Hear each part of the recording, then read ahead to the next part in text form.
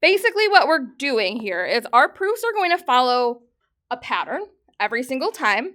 We start with, if you think about the stuff that we did on Friday, SSS, SAS, ASA, AAS, all of those reasons to prove that triangles are congruent require 3 parts.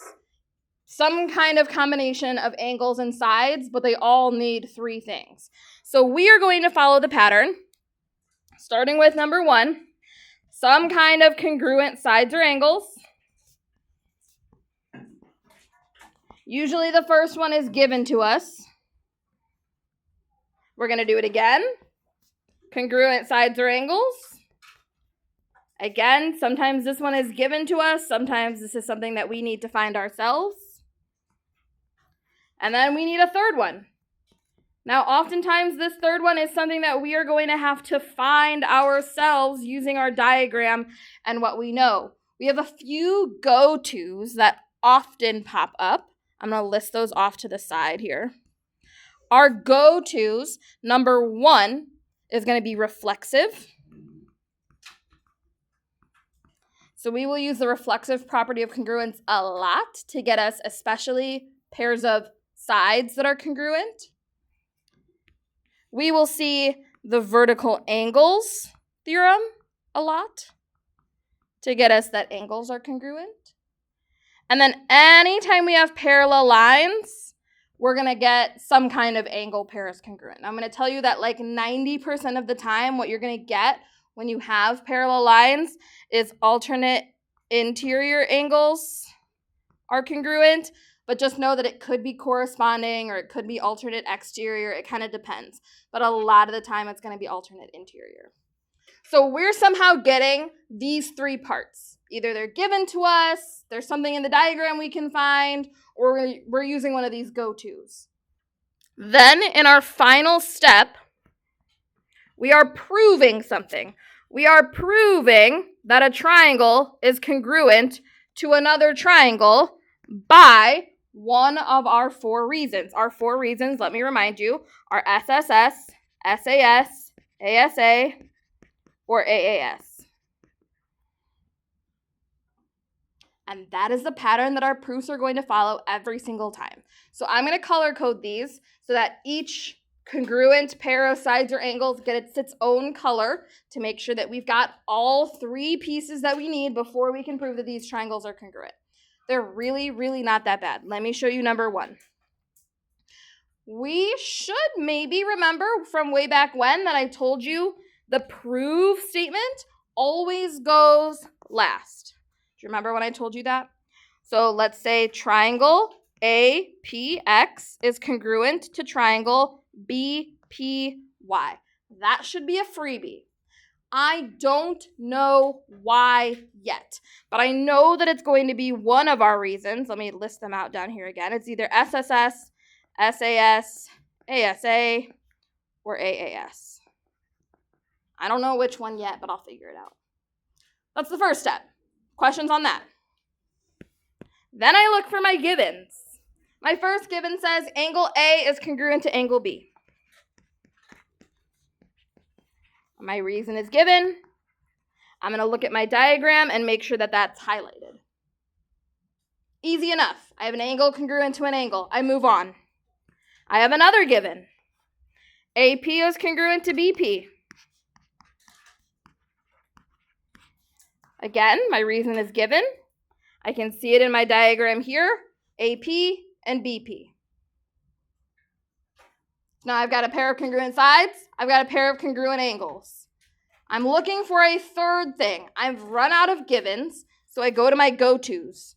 I'm looking for reflexive, vertical angles. I don't have any parallel lines, so I can't use that. What do I have in this diagram? Is that a hand? What do you got? Yeah, these 2 angles right here are vertical. We have to be specific when we are writing this, because remember that the order matters. At this time, we are... So we're going to be specific about the order that we name these in. So if I start with angle, let's go APX. I have to make sure that I line that up the same way. So A had the red tick mark. B also has the red tick mark. P lines up with itself. Y and X both have no tick marks. We can also look at that statement down there and line up our pieces, right? Our reason for why those two angles are congruent, vertical angles theorem. Or VAT. So now think about the parts that I have. I know I have an angle, I have a side, and I have another angle.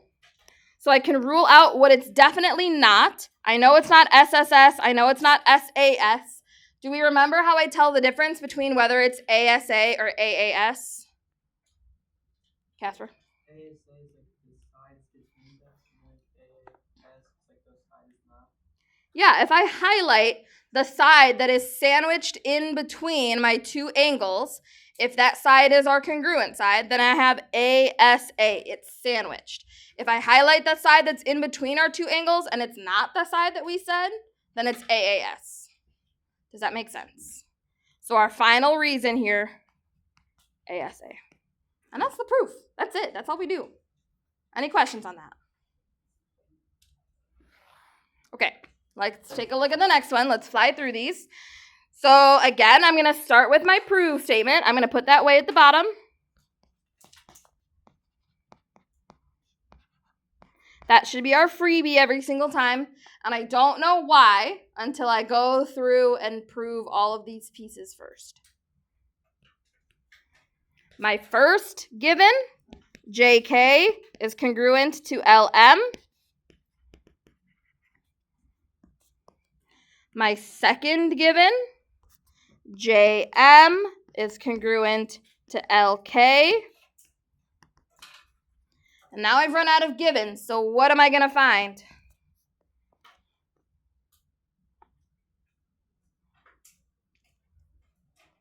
Do you have it? Yeah. Perfect. MK is congruent to itself, KM. Pay attention once again to the order that we are writing these things in. If I say MK for the triangle on the left, M is near the green, where K is near the red. So I have to flip it around for my other triangle and say KM. What's the reasoning for that, Casper? Don't drop your POCs or POEs. Okay, so what's my reason? Why are these two triangles congruent? Go ahead.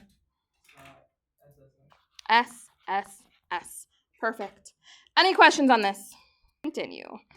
Given AD parallel to BC, AD is congruent to BC, prove triangle ADB is congruent to triangle CDB. What can I fill in first? Caitlin. Yep, proof statement goes at the end. Oops, ADB.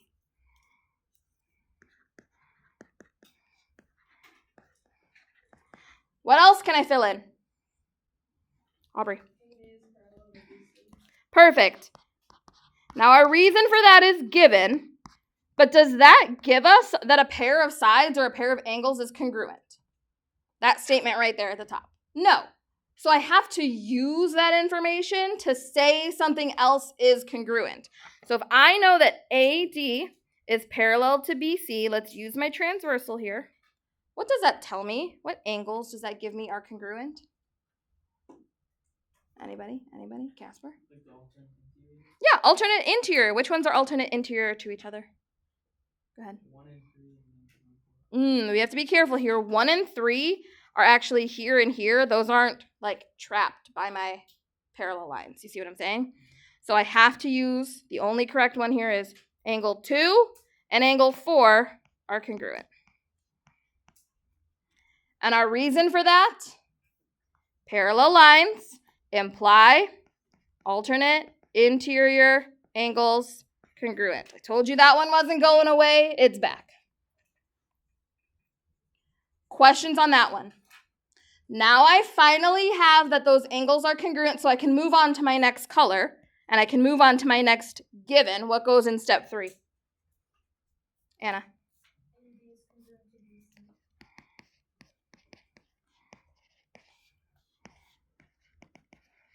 Okay, now I'm out of givens, so what goes last? Or not last, but in the fourth spot. Got to find something here.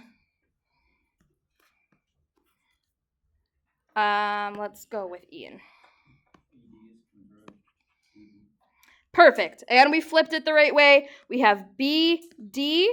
Okay, so I'm going from no tick marks to one tick mark, and I have to flip it the other way, DB, and the second one. And what's my reason?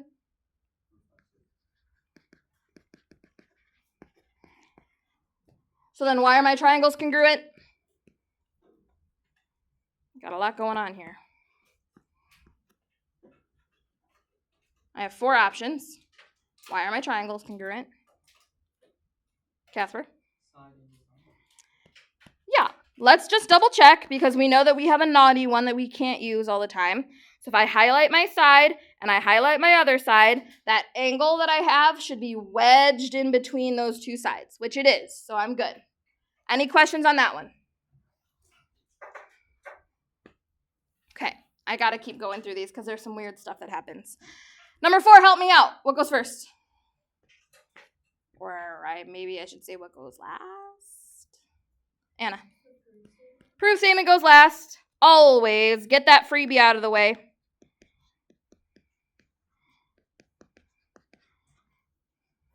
Then what? I got more freebies. What do I got? Aubrey.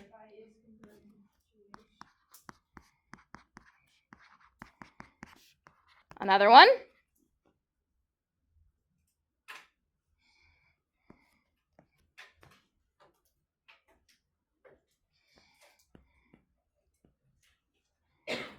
Casper.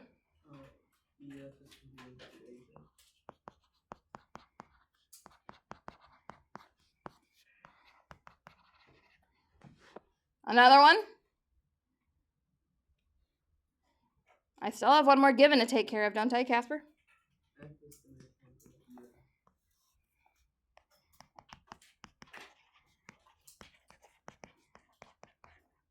Okay, again, that statement alone does not tell me that something is congruent to something else. That is a given. And what does that tell me? That F is the midpoint of GI. Kaylin? Oh, maybe not. Go ahead. That I, F, and FG are congruent. We're going to line them up. So if I start with I to F, I want to go G to F. What's our reason for that? Casper? Exactly. This is not changed. Remember, anytime that we have a vocab word, we're probably going to define that vocab word. So this is the definition of a midpoint. So then why are my 2 triangles congruent?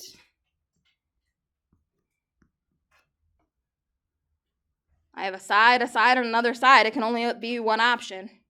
It's got to be side. I'm not trying to trick you here. Questions on that? Okay, flip it over. I'm going to make them a little bit harder. We won't do all of these. We'll skip one of them.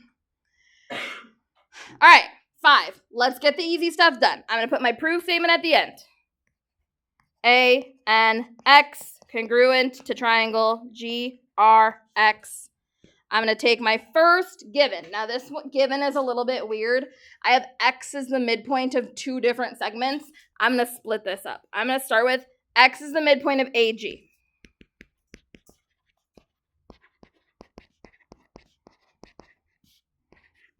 What does that tell me?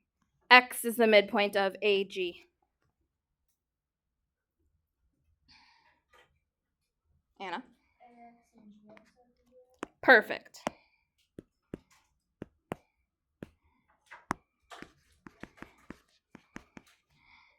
What's our reason? I have a vocab word. I want to define it, Caitlin.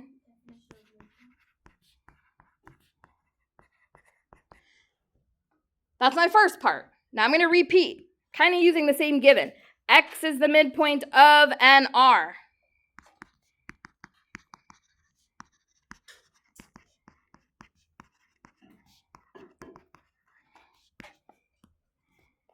What does that tell me?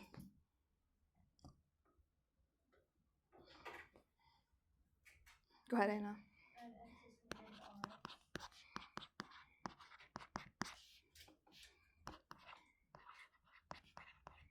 Again, we are using that definition of a midpoint. I need one more piece.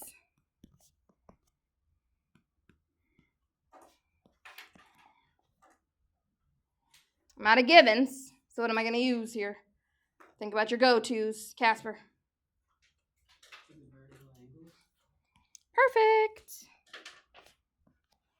Let's make sure that we line those up. What's nice is that I actually have this congruent statement at the bottom to kind of help me line stuff up. I know that if I start with angle A, I'm going to start with angle G over here, right? I can use that to help me line stuff up. So let's go AXN, congruent to GXR. And that is our vertical angles theorem. Okay, why are my triangles congruent? Casper? Perfect. Check those sides. Make sure that it actually makes SAS. This time it does. Our reason SAS. Good on that. We can skip 6. Let's talk about 7. Okay, same deal. I'm going to put my proof statement at the end. Freebie. SRP. Oops, that's a P. Congruent to QRP. I can start with my first given.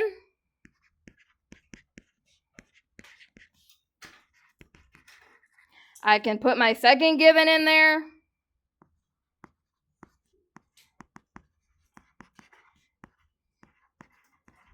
But oh no, this second given doesn't actually tell me that something is congruent to something else. So I'm going to use that second given to say what? Any ideas? This says RP bisects SRQ. So what does that tell me, that word bisects? Ian? Exactly. Angle 2 is congruent to angle 3. What's our reason?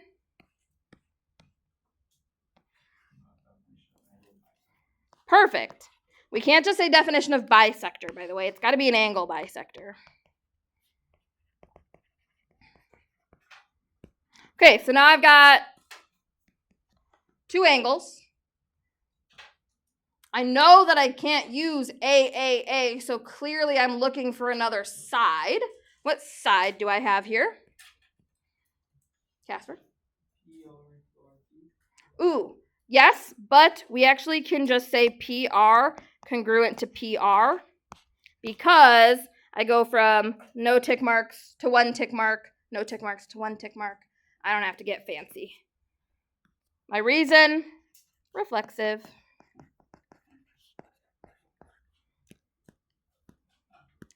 What's my reason? Why are my 2 triangles congruent?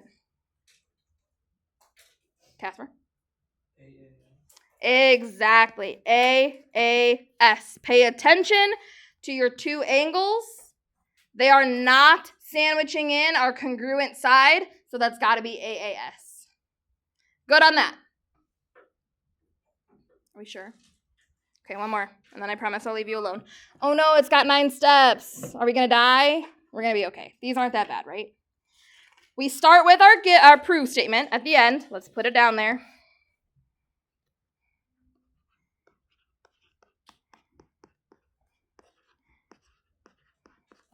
Let's start with my first given.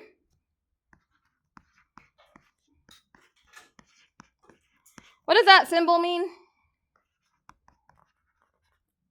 Caitlin?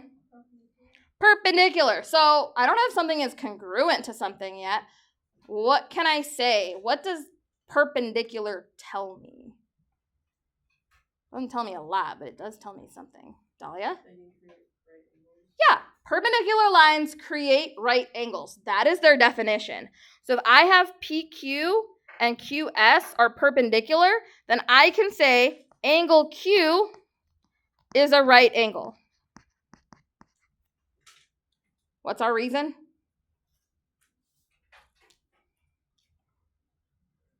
I just defined something. Caitlin? Okay, now this is a weird one. I still have not said that something is congruent to something else. And I'm kind of out of luck here right now. I can say that a right angle gives me 90 degrees, but that still doesn't really help me. I'm trying to get something that's congruent to something else. So sometimes we need more than one given to help us out. So let's take that second given. Let's take RS perpendicular to QS. I'm still in the same color because I still haven't proved anything is congruent. Oops. That's an S.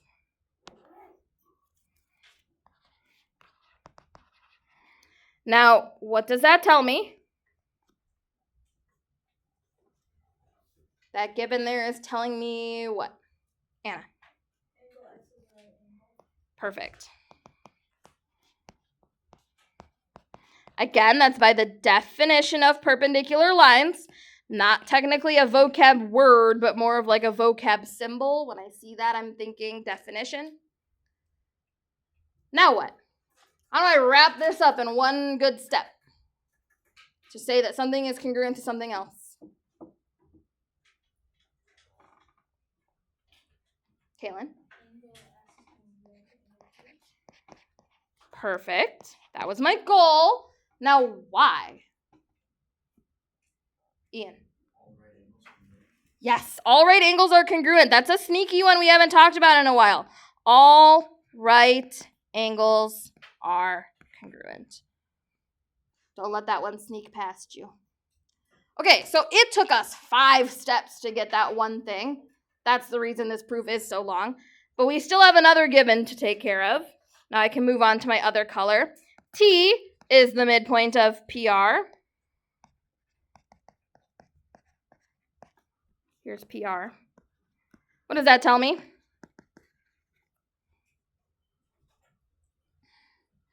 That's not giving me something that's congruent to something else, so I gotta finish it, Casper.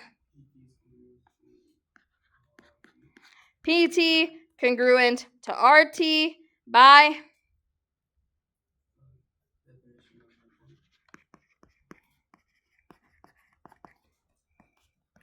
okay. Now I need one more thing to finish it off, and I've run out of givens. What do we think?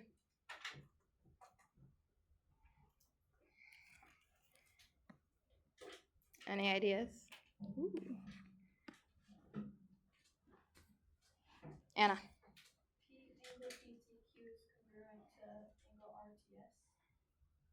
PTQRTS. This one. Yes. Why?